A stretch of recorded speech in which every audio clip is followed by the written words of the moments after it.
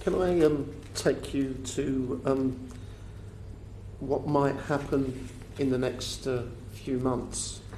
The Financial Times on the 29th of October said that the United Kingdom needs to roll over 236 international treaties that the EU has with other countries.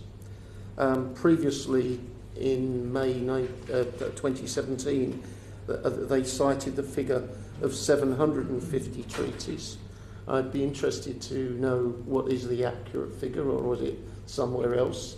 And secondly, the Financial Times says that we've so far only rolled over 14 of those 236.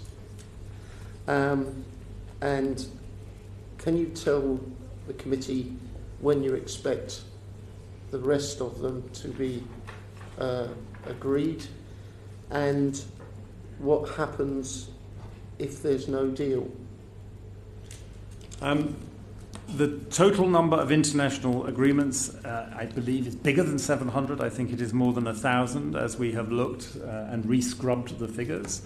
But they are in different categories of importance, and they have been prioritised. The ones that the Foreign Office is leading on are about 40 of these.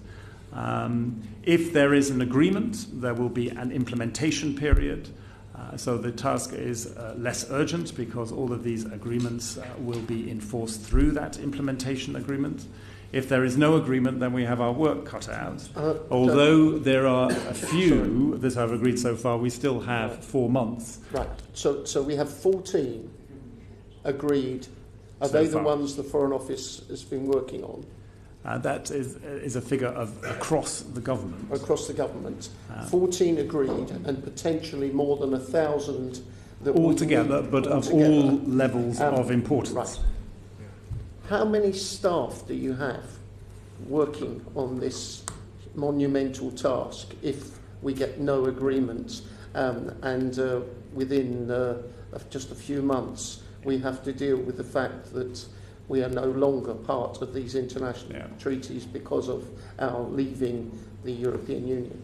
Because this is a key policy area, Mr. Gates, under the Director General for Europe, we have appointed a director, so a 2-star officer, whose job is international agreements.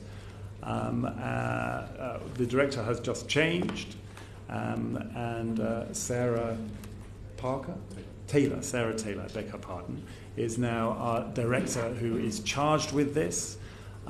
So it is all of her job to prioritise these agreements and get as many over the line as possible. But there is no disguising that if there is no it's not just that is the leader of the team, Mr. Gates, a director, so 2-star officer, which is a senior person, as you know, in our system. She has a team working for her. But there is no disguising that if there is no agreement, then it will be a very painful exercise of prioritisation, deciding which are the ones we have to get over the line, come what may. Can I just ask quickly, why have attempts, because on some of these agreements they're more sort of bilateral, even within the EU, some of these, why have attempts to bypass the Commission so spectacularly failed? As you know, Mr. Chairman, the Commission is a forceful player in the European architecture.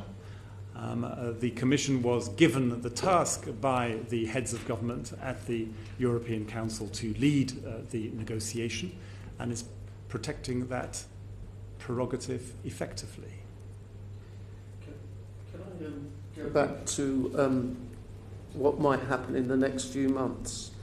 Can you tell us what's happened with regard to our consular services since the referendum, and the demand from UK citizens living in other EU member states? Has there been a significant increase in demand? And related to that question, we've got a figure officially. I understand it's 1.3 million people who are registered as permanently residing in other EU member states. But I know for a fact, because I've got friends who do, there are huge numbers of British people who may have a second home, who may live for several months of the year in another European Union state. And I've heard figures of 2 million British people who live in other EU countries. Do we have a central record of how many there are and what their status is? How many of them have, for example, if living in Spain, have acquired the necessary documentation to be registered with the Spanish authorities for health reasons or others? Yeah. As you know, Mr. Gates, we do not require our citizens to register. But I agree, there's not only those who are resident, and we think there are just over 1 million of them. There are also about 2 million British citizens at any one time who are visiting I'm not talking about in the EU. I'm talking about people who actually might have a house still where they go for several as months. Part of our responsibility. There has been an uptick in work in answer to your question. We've noticed that particularly in France. The network in Spain has been very, very active, proactive in addressing the problems of the community there, which is the biggest anywhere else in the EU.